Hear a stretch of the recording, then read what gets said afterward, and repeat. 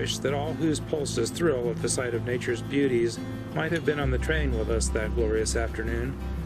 At first we glide smoothly across the plain toward a mesa that seems but a step for a giant, yet our train creeps up its side in a long zigzag. The cuttings show the underlying rock to be a lava, and we look more reverently upon the cold white peaks in the distance, at the thought that once smoke and ashes belched from their summits and the fiery streams stained the snow upon their sides. Away we glide past romantic glades whose velvety carpets of golden brown lie in folds of exquisite grace, clean and smooth as the ocean in a great swell. Pines are scattered picturesquely over glade and hill, casting sharp shadows upon the smooth turf.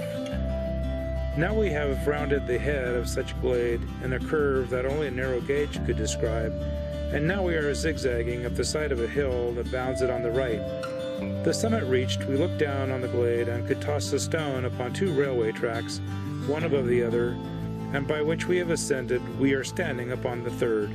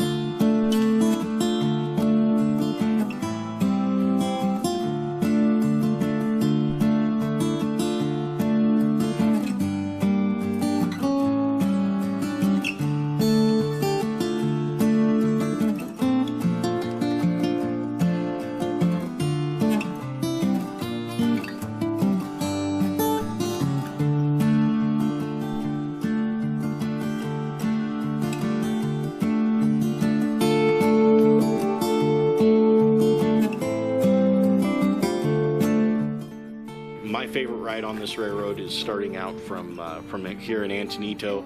You have that racetrack across the high desert, and then you start climbing up onto the lava-capped buttes, and the ride just builds and builds and builds. You go through the Los Pinos River Canyon. You know, you go through Toltec Gorge. You have your lunch in Osier. It's always Thanksgiving in Osier, and you know, and then you go up through the headwaters of the Los Pinos Valley, climb over Cumbres Pass, which is the highest, you know, steam pass, you know, in this hemisphere of the world.